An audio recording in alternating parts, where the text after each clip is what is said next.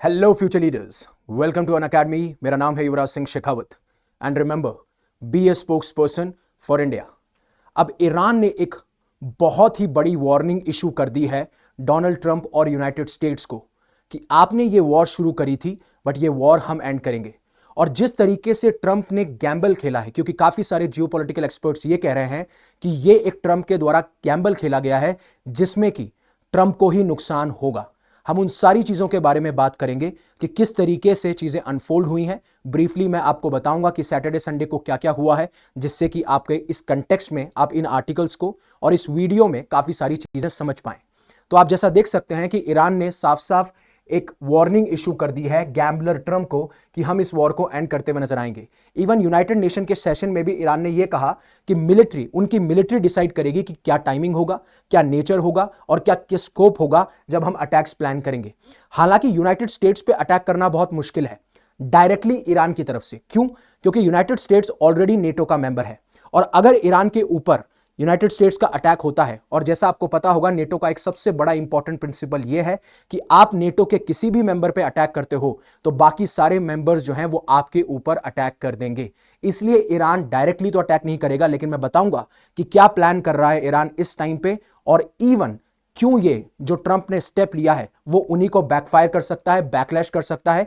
ना खाली वो मिडिल ईस्ट में खतरा है उनके लिए, इवन घर में डोमेस्टिक लेवल पे भी ये उनके लिए एक कह सकते हो डिफीट हो सकती है। तो उन सारी चीजों के बारे में बात करेंगे। इवन ईरान ने साफ साफ ये कह दिया है कि आपने ऑपरेशन मिडनाइट हैमर के तरह हमारे ऊपर यूएस जो B-2 बॉम्बर्स है उनकी वजह से उनके साथ आपने हमारे ऊपर बंकर बस्टर्स बॉम्ब गिरे, यानी कि उनकी 3 न्यूक्लियर फैसिलिटीज जो हैं, जैसे आप नतांस ले लीजिए, इस्फाहान ले लीजिए, फोर्दो ले लीजिए, जो सबसे ज्यादा फोर्टिफाइड है, उनके ऊपर अटैक किए। बट स्टिल हम यूएस स्ट्राइक्स के बाद में भी यूरेनियम को एनरिच करते रहेंगे। और इवन यहां पे काफी सारी ऐसी रिपोर्ट्स निकल के आ रही हैं कि ईरान को कहीं ना कहीं पता था कि यूएस इन स्ट्राइक्स में आएगा। और ये चीज मैंने यूपीएससी नीव बाय अनअकैडमी चैनल पे पहले ही प्रेडिक्ट कर दी थी कि ऐसा होने वाला है स्टेप बाय स्टेप। पहले जो यूएस है वो ईरान की न्यूक्लियर फैसिलिटीज पे अटैक करेगा, देन अगर ईरान फिर से नेगोशिएटिंग टेबल पे नहीं आता है, और मैंने कहा था कि नहीं भी आएगा, तो आप फिर उसके बाद में रिजीम चेंज या फिर अयतुल्ला खमेनी जो है उनको आप असैसिनेट करने की कोशिश करोगे। ये मैं काफी पहले भी प्रेडिक्ट कर चुका था और आज मैंने उसके ऊपर वीडियो भी बनाया, यूपीएससी नीव अनअकैडमी, आप वहां पे जाके चेक कर सकते हैं। इवन वॉशिंगटन को भी नहीं पता है। तो ये जो सरप्राइज मूव है जहां पे ये कह रहे हैं कि हम फिर भी एनरिच करेंगे यूरेनियम को, तो यहां पे ये कहा जा रहा है काफी रिपोर्ट्स के द्वारा कि उनको पता था ये चीज होने वाली है। उससे पहले ही उन्होंने काफी सारा अराउंड 400 किलोग्राम का यूरेनियम एक तीसरी जगह जाके या अलग जगह जाके स्टोर कर लिया है, जो इनको बाद में हेल्प आएगा। तो कहीं ना कहीं इन्होंने आउट मैनेज कर दिया। तो अब आपको समझना पड़ेगा ऑपरेशन मिडनाइट हैमर है क्या। ब्रीफली आपको समझाऊंगा, काफी लोगों ने अभी तक सुन भी लिया होगा, पढ़ भी लिया होगा, बट अगेन जो मेरे व्यूअर्स हैं उनको समझने के लिए। तो अब किस तरीके से यूएस ने जो है इन स्ट्राइक्स को कंडक्ट किया, और आपको मैं बता दूं कि बहुत ही स्मार्टली इन स्ट्राइक्स को कंडक्ट किया गया। इसके लिए तो आपको अमेरिका को हैट्स ऑफ कहना पड़ेगा। आप सभी को पता है कि डिफेंस स्पेंडिंग उनकी बहुत ज्यादा है, टेक्नोलॉजी पे बहुत ध्यान देते हैं, एंड इवन जो B-2 बॉम्बर्स हैं वो स्टेल्थ, आप कह सकते हो स्टेल्थ बॉम्बर्स हैं, यानी कि उनको डिटेक्ट नहीं किया जा सकता रेडार्स के द्वारा। अब उसमें स्पेशलिटी वाली बात यह है कि जो भी मटेरियल उसमें यूज हो रहा है वो क्या करता है, जब आपका रेडिएशन फेंकी जाती है, इलेक्ट्रोमैग्नेटिक रेडिएशन, तो उसको एब्जॉर्ब कर लेता है। जब तक इलेक्ट्रोमैग्नेटिक रेडिएशन लगेगी नहीं और रिफ्लेक्ट नहीं होगी, आपको पता नहीं चलेगा। तो जो भी इलेक्ट्रोमैग्नेटिक रेडिएशन आती है रडार से, उसको एब्जॉर्ब कर लिया जाता है। और ये मटेरियल ऐसा होता है जो एब्जॉर्बिंग मटेरियल, जो एब्जॉर्ब करने में सबसे ज्यादा ताकतवर है, या फिर पूरा का पूरा एब्जॉर्ब कर लेगा। तो रिफ्लेक्ट नहीं होगी, तो ऑब्वियस सी बात है उसका स्टेल्थ फीचर्स बढ़ जाएगा। हालांकि आजकल के जो फाइटर जेट्स हैं उनमें भी स्टेल्थ फीचर डाला जाता है, बट B-2 बॉम्बर्स जिनकी कॉस्ट 20,000 करोड़ तक की है एक B-2 बॉम्बर्स की, तो ऑब्वियस सी बात है उसमें और एडवांस टेक्नोलॉजीज की वजह से इनके जो स्टेल्थ फीचर्स होते हैं वो बहुत ज्यादा हाईली एडवांस होते हैं। अब किस तरीके से इन्होंने पूरा प्लान किया उसके बारे में मैं आपसे बात करता हूं। अब इनका व्हाइटमैन एयर बेस है मिसूरी के अंदर। अब होता क्या है, यहां से एक ग्रुप निकलता है गुआम की तरफ। अब गुआम एक आइलैंड है पैसिफिक ओशियन के अंदर, राइट। और उसी टाइम पे अपोजिट साइड पे आपके B-2 बॉम्बर्स निकलते हैं, रियल B-2 बॉम्बर्स। अब जो यहां से B-2 बॉम्बर्स निकलते हैं, जो आपको एक झांसे के तौर पे भेजे गए हैं, उनको ऐसा लगता है, एक्सपर्ट्स को ऐसा लगता है, या फिर इरानियन एजेंसीज को भी ऐसा लगता है, इंटेलिजेंस एजेंसीज को, कि यहां से हमारे ऊपर अटैक होने वाला है। लेकिन सिर्फ ये झांसा था जो व्हाइटमैन एयर बेस मिसूरी से जो B-2 बॉम्बर्स निकले। अब कहा जा रहा है कि वो B-2 बॉम्बर्स थे नहीं, लेकिन वो यहां से बताया गया कि यहां से निकले और फिर उसके बाद में कहा जाता है कि यहां से हमारे पे अटैक होगा। लेकिन हुआ क्या, उसी टाइम पे अपोजिट डायरेक्शन में जो रियल B2 बॉम्बर्स थे उनको भेजा गया। आप देख सकते हो व्हाइटमैन एयरबेस, यहां से B2s, और फिर उसके बाद में 5 बजे लगभग इन B2 बॉम्बर्स को जो यूएस के एयरक्राफ्ट हैं, वो जो फाइटर जेट्स हैं, वो इनको ज्वाइन कर लेते हैं। एंड देन उसके बाद में 6:40 पे, जो कि ईरान की अगर टाइमिंग बोलूं तो 2:10 पे, सुबह 2:10 पे ये अटैक किया जाता है, और फोर्डो जो सबसे ज्यादा फोर्टिफाइड है वहां पे इस प्लान को अटैक किया जाता है। तब होता क्या है कि जैसे मैंने आपको बोला, वो जो व्हाइट मैन एयरबेस से आपके भेजे, उनको तो as a decoy, as a distraction भेजा गया, और उसी टाइम पे अपोजिट साइड पे आए थोड़ी देर बाद। एंड देन जब ये ईरानियन स्पेस एजेंसी, मतलब ईरानियन एयर स्पेस में एंटर करने वाले होते हैं, उससे पहले ही फाइटर जेट्स इनके आगे होते हैं, जिससे कि ईरानियन एयर डिफेंस को चकमा दिया जा सके। और 5 बजे के लगभग यहां पे जो यूएस की सबमरीन तैनात होती है, वहां से 24 टॉमहैक मिसाइल्स, क्रूज मिसाइल जो है वो लॉन्च कर दी जाती है। तो होता क्या है, B2 बॉम्बर जाते हैं फोर्डो, नतांज, इसाफान पे जाके अटैक करते हैं, और इवन जो टोमोंग मिसाइल जो हैं ये भी जाके इन्हीं साइट्स पे अटैक कर देती है, स्ट्राइक्स कर देती है। इसीलिए बहुत ज्यादा डैमेज हमें देखने को मिलता है। इसीलिए ट्रंप ने साफ साफ ये कहा कि it was a bullseye, monumental damage हमने किया है। हालांकि जो ट्रंप का जो ये कमेंट है बुल्सआई का, यूएन ने अभी तक कोई डैमेज के बारे में बताया नहीं है, लेकिन हां एक बात जरूर सुनने में आ रही है कि जो इंटरनेशनल एटॉमिक एनर्जी एजेंसी के चीफ हैं, उन्होंने साफ साफ कहा है कि सिग्निफिकेंट डैमेज हमें देखने को मिला है, और अब हमें इंस्पेक्शन करने की जरूरत है। लेकिन आपको पता है कि ईरान ने साफ साफ जो न्यूक्लियर इंस्पेक्टर्स हैं उनको मना कर दिया है, और उसी के बाद में जो इजराइल है उन्होंने ऑपरेशन राइजिंग लायन जो है लॉन्च किया था। अभी मेरा एक और वीडियो आने वाला है यूपीएससी न्यूज़ पे, जहां पे हम इन सारे नाम को डिकोड करेंगे और क्या मेजर ऑपरेशन मिडल ईस्ट में हुए हैं उनके बारे में भी बात की जाएगी। उससे पहले अनअकैडमी आपके लिए लेके आया, अगर आप अपनी प्रिपरेशन को शुरू करना चाहते हैं तो it is available for you 19,999, जिसमें 12 महीने का फ्री एक्सटेंशन मिलेगा। और अगर आप मेरा कोड यूज करते हैं YUVI, यूवी पाजी वाला यूवी, उन्होंने मार दी 50, तो you can get maximum discount. वैसे ही अगर मान लीजिए आप बिगनर्स हैं, वेटरन है, तो हमारा रैंकर सक्सेस प्रोग्राम है, जो कि आपको ₹1 मिल जाएगा। डिस्क्रिप्शन में लिंक है, आप इनके साथ में लाइव क्वेश्चन आंसर कर सकते हो, GS1 से GS4 की स्ट्रेटेजी कर सकते हो, ऐसे स्ट्रेटेजी कर सकते हो, स्पेशल क्लास ले सकते हो, सारी की सारी। अब ये बिफोर अटैक साइट है, यहां पे आपको कुछ नहीं देखने को मिलेगा, लेकिन आप जब ये देखेंगे नातांज फैसिलिटी पे, तो यहां पे आपको थोड़ा ग्रे एरिया दिख रहा होगा, ये क्रेटर है, गड्ढा दिखाया जा रहा है। यहां पे फोर्डो साइड पे देखिए, फोर्डो साइड पे भी आपको ग्रे ग्रे चीजें देखने को मिलेगी, ये भी आपका क्या नाम है, डैमेज दिखाया जा रहा है। इवन IAEA के जो चीफ हैं वो भी यही कह रहे हैं कि सिग्निफिकेंट डैमेज हमें देखने को मिल सकता है फोर्डो साइड पे, इसलिए हमें एक्सेस चाहिए, प्लीज हमें एक्सेस दीजिए। लेकिन जैसे ही यूनाइटेड स्टेट्स स्ट्राइक करता है, वैसे ही ईरान अपनी एक मॉन्स्टर मिसाइल है जिसका नाम है खोरा मशार 4 बैलिस्टिक मिसाइल को लॉन्च कर देता है, जिसमें हर एक मिसाइल में कैपेबिलिटी है 1500 से ज्यादा किलोग्राम वॉरहेड ले जाने की। इसका इंपैक्ट भी हमें बहुत देखने को मिल सकता है। हालांकि इजराइल ने दोबारा से, बताया जा रहा है, इजराइल ने दोबारा से फोर्डो साइड पे अटैक कर दिया गया है। तो यहीं पे जो ईरानियन स्टेट टीवी है, वहां पे ये कहा जाता है, ये साफ साफ दिखाया जाता है, मैं आपको वीडियो दिखाऊंगा कि आपने तो शुरू किया है बट हम एंड करेंगे, और वहीं पे यूनाइटेड स्टेट्स के जो मिलिट्री बेसेस हैं मिडिल ईस्ट के अंदर, उनके बारे में दिखाया जाता है। Have a look at it. So they are definitely a legitimate target of Iran. The US has committed a crime against Iran even by violating Iran's airspace, and it has no place in the West Asian region। और जो मैंने आपको पहले पीछे दिखाया, वो आप देख सकते हो कि वहां पे मैप्स थे, मैं आपको दोबारा करूंगा, वी विल फिनिश इट, ये साफ साफ वो कहते हुए नजर आते हैं। तो ये यूएस मिलिट्री फेसेस है मिडिल ईस्ट के अंदर, आप देख सकते हो, जॉर्डन हो गया, फिर ये सऊदी अरेबिया, कुवैत के अंदर, यूएई के अंदर, ओमान के अंदर। यहां पे आपको जो रेड रेड दिख रही हैं, राइट, तो ये जो रेड में है ये एयर बेसेस हैं, और जो ये आपको दिख रही है एंकर के तौर पे, ये नेवल फैसिलिटीज हैं, एंड देन ग्रीन में ये आउटपोस्ट हैं, एंड ये रडार फैसिलिटीज हैं कुछ कुछ जगह पे, राइट। रडार फैसिलिटीज ज्यादा दिखती नहीं है, लेकिन एयर बेसेस और आपको नेवल फैसिलिटीज दिख जाएंगी। यहां पे ये 2024 का डाटा है, हालांकि अभी इराक के अंदर लगभग 1500 पर्सनल बचे हैं, इराक से काफी सारे पर्सनल को विड्रॉ कर लिया गया है, सीरिया में लगभग 2000 है। तो मैंने आपको पहले भी बताया था यूपीएससी न्यूज़ पे कि आइसिस जो है वो इमर्ज हो रहा है, कमिंग बैक कर रहा है, अपना रिवाइव कर रहा है अपने आप को सीरिया और इराक के अंदर, और ये सारे मिलिट्री पर्सनल्स हैं जो आपको यूएई, कतर, बहरीन, जिबूती, तुर्की, इन सब में देखने को मिलेंगे। इवन जो खमेने के एडवाइजर है, उन्होंने कहा है कि यूनाइटेड स्टेट्स के लिए बहुत सारे सरप्राइजेस हैं, अभी गेम ओवर नहीं हुआ है। तो हर चीज एक ही चीज दर्शा रही है कि यूनाइटेड स्टेट्स के बेसिस पे अटैक किया जाएगा। लेकिन आपने तो सर अभी बोला था कि यूनाइटेड स्टेट्स के बेसिस पे अगर ईरान ने डायरेक्टली अटैक कर दिया तो ऑब्वियसली बात है नेटो कंट्री है और नेटो उन पर अटैक कर देंगे। इसीलिए अभी इंटेल ये निकल के आ रही है कि ईरान डायरेक्टली अटैक नहीं करेगा।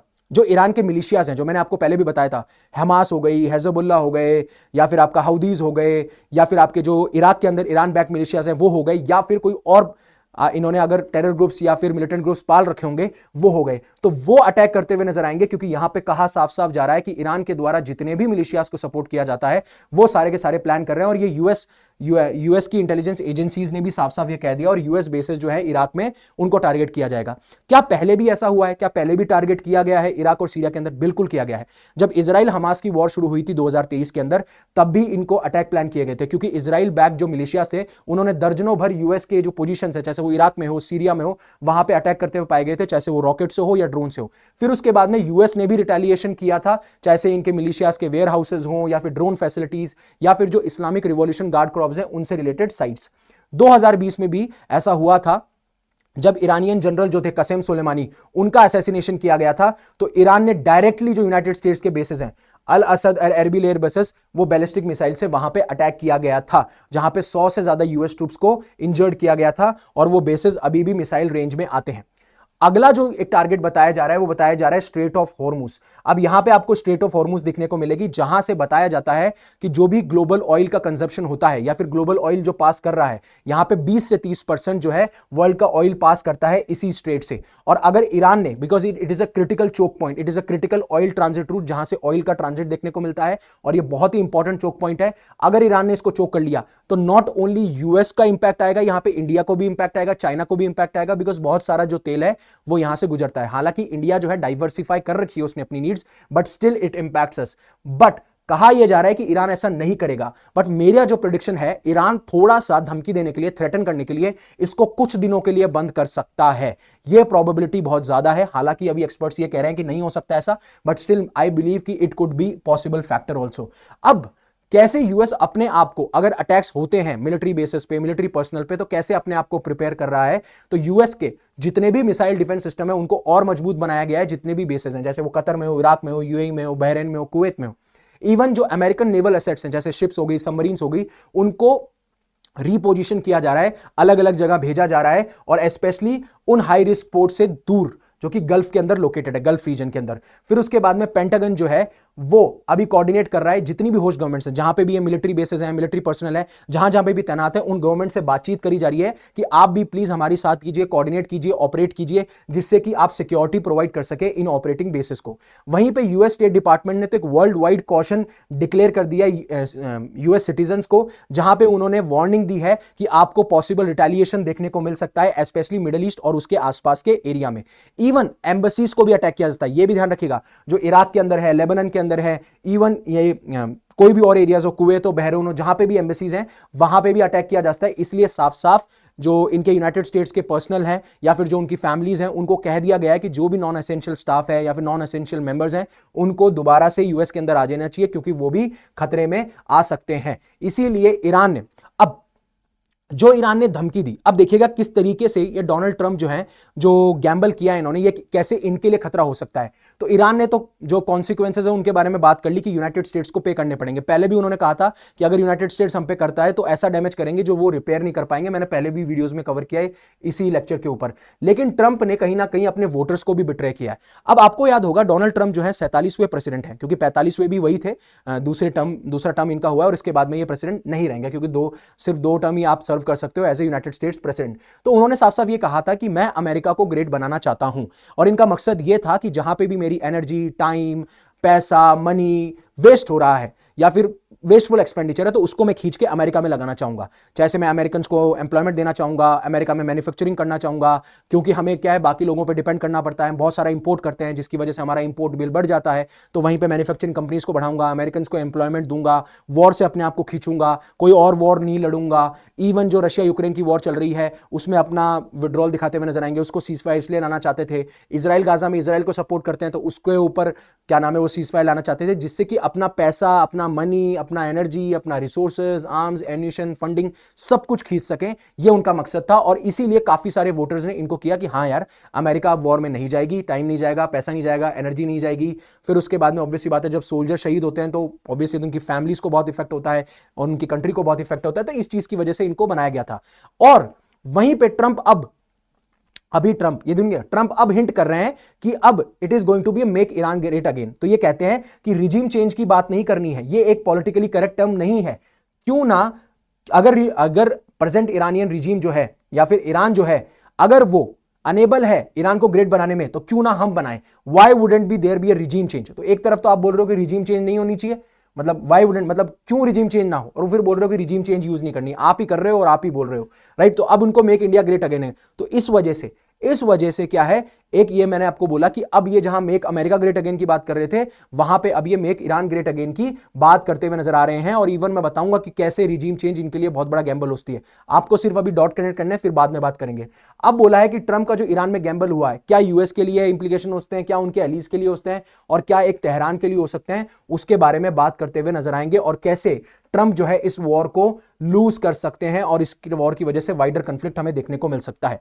अब आप मेरी बात सुनिए, अमेरिका की पुरानी हिस्ट्री रही है कि मिडल ईस्ट में जब जब वॉर शुरू हुई है, वॉर शुरू करना बहुत आसान है, एंड करना हमेशा मुश्किल। इराक के अंदर जब 2003 में इन्वेड किया तब भी था, अफगानिस्तान के अंदर इन्वेड किया तब भी था, राइट। और जब उसके बाद में यूनाइटेड स्टेट्स और कोएलिशन फोर्सेस ने आईसिस पे अटैक किया तब भी था, जब अफगानिस्तान से वो 2021 में अपने फोर्सेस को विड्रॉ करते हैं। हर बार जब भी अमेरिका की हिस्ट्री रही है, जब उन्होंने वॉर शुरू करी है, आसान थी बट निकलना उससे मुश्किल। और इसमें क्या होता है, उनके पैसे खर्च होते हैं, उनके आर्म्स खर्च होते हैं, उनके एम्यूनिशन खर्च होते हैं, लोगों की जान जाती है, फर्स्ट थिंग। सेकंड थिंग, इसी स्टेप की वजह से उन्हें बैकलैश आ सकता है। जहां पे उन्होंने पहले मेक अमेरिका ग्रेट अगेन की बात करी, बोला कि मैं कभी किसी वॉर का हिस्सा नहीं बनूंगा, मैं अपने सोल्जर्स को वॉर में नहीं भेजूंगा। अगर आप ऐसा करते हो और ज्यादा एस्केलेट करते हो, तो होगा क्या, आपको डोमेस्टिक सपोर्टर्स का बैकलैश मिलेगा। उसकी वजह से आपकी प्रेसिडेंसी भी मुश्किल और खतरे या फिर जियोपर्डाइज हो सकती है। तो ये दूसरा। तीसरा, आपने बोला कि आपका इंटेंशन, इवन जो डिफेंस सेक्रेटरी है पीट हेगेसेथ और इवन जो state of secretary Marco Rubio है, उनका भी कहना यहीं तक था कि हमें इस वॉर के अंदर एंटर नहीं करना चाहिए, क्योंकि हमारा इंटेंशन होना चाहिए इंडो पैसिफिक की तरफ, हमारा एम होना चाहिए इंडो पैसिफिक की तरफ, because we need to counter China. China and Russia are the bigger threat there Iran. ये काफी सारे पोल्स में भी किया गया है समिट, और ये पोल से भी निकल के आता है। बट स्टिल अगर आप ऐसा करते हो, तो जो आपका एशिया की तरफ पिवट जा रहा है, इंडो पैसिफिक, वो आप डिस्ट्रैक्टेड हो जाओगे, फिर आप मिडिल ईस्ट में बिजी हो जाओगे, और आपको चाइना को काउंटर करना होगा, वो आप नहीं कर पाओगे। So these are the 3 reasons जिसकी वजह से ट्रंप जो है एक तरीके से, ये अगर वॉर में जाते हैं तो they could lose this war. And फिर यह भी कहा जाता है कि यूएस को रिजीम चेंज के लिए नहीं जाना चाहिए। हालांकि कहा जाता है कि ईरानियन गवर्नमेंट जो है सस्पिशन में है, डेंजरस है, अनपॉपुलर है, क्योंकि अभी भी ईरान की पॉपुलेशन जो है ना, कुछ पॉपुलेशन इनको सपोर्ट करती है और कुछ पॉपुलेशन इनको नहीं करती है। और इवन जो सस्पिशन है, क्योंकि सस्पिशन तब बढ़ा जब आईएई के इंस्पेक्टर्स को इन्होंने अलाउ नहीं किया। अब जब अलाउ नहीं किया, तो या तो यह है कि भाई यूनाइटेड स्टेट्स को आप बोलना चाहते हो कि भाई आपका जो ये यूनाइटेड नेशन का जो वॉचडॉग है, आपकी बहुत बड़ी हिस्सेदारी है, आप बड़ा ज्यादा इंपैक्ट रहता है, इन्फ्लुएंस रहता है, तो हम क्या नहीं, हम अलाउ नहीं करेंगे। या फिर ऐसा हो सकता है कि सीरियसली ही ईरान जो है वो बना रहा हो। तो यहीं पे ये कहा जाता है कि अगर प्रेसिडेंट ट्रंप का जो फोकस था कि ईरान न्यूक्लियर प्रोग्राम जो है उसको ही डिस्ट्रॉय करना है, वहां तक ठीक है, लेकिन अगर उन्होंने रिजीम चेंज के बारे में सोचा, तो कहीं ना कहीं ये बहुत बड़ा नुकसान हो सकता है। क्यों? ये रिजीम चेंज शायद रीजन को बेनिफिट कर दे, ईरानियन लोगों को बेनिफिट कर दे, लेकिन अगर आप रिजीम चेंज मिलिट्री के थ्रू लाना चाहते हो, तो पहली बात है वो बहुत बड़ा रिस्क है, अगर मिलिट्री के थ्रू लाना चाहते हो तो। दूसरा सबसे बड़ी बात है, क्लियर आपके पास में कोई अल्टरनेटिव नहीं है। अगर ऐसा कोई अल्टरनेटिव आया जो इससे बद से बदतर हुआ, तो दूसरा आपके लिए बहुत बड़ा नुकसान होगा।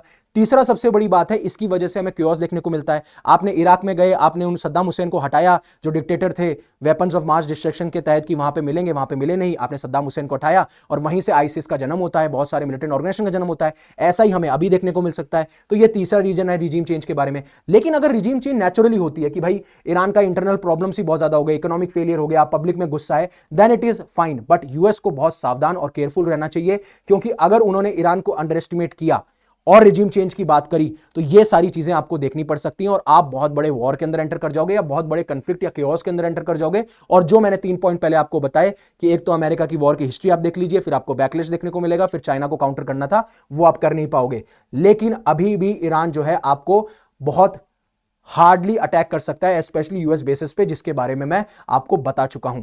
तो ये सारी कहानी थी जो मैं आपको समझाना चाहता था कि किस तरीके से पहले इजराइल जो अटैक करता है ऑपरेशन राइजिंग लायन के तहत, उसके बाद में हमें रिटेलिएशन देखने को मिलता है ईरान की तरफ से ऑपरेशन ट्रू प्रॉमिस में। और काफी दिनों से, 8-9 दिनों से ये जो स्ट्राइक्स चली जा रही थी, एक दूसरे की फैसिलिटीज पे डैमेज हो रहा है, एक दूसरे की मिलिट्री फैसिलिटीज हो, और ऑब्वियसली बात है जो ईरान की न्यूक्लियर फैसिलिटीज हैं, सिविलियन टोल बढ़ता जा रहा था। फिर यूएस की एंट्री होती है through operation midnight hammer, and उसके बाद में अब ईरान ने बहुत ही ज्यादा वार्निंग दे दी है कि अगर आपने शुरू करी हम खत्म करेंगे, इसके बहुत ज्यादा कॉन्सिक्वेंसेस हो सकते हैं। ऑपरेशन मिडनाइट हैमर था क्या, एंड देन उसके बाद में क्या क्या चीजें अभी हो रही हैं, किस किस कंटेक्स्ट में ये चीजें अनफोल्ड हो रही हैं, एंड देन किस तरीके से ट्रंप के लिए नुकसान हो सकता है अगर ये वाइडर कंफ्लिक्ट या वॉर का हिस्सा बनते हैं, और रिजीम चेंज इन्हें क्यों नहीं करनी चाहिए। ये था मेरी तरफ से लेक्चर, होपफुली आपको समझ में आया होगा। Thank you very much for giving me your precious time. Stay safe, stay happy, take care. जय हिंद, जय भारत.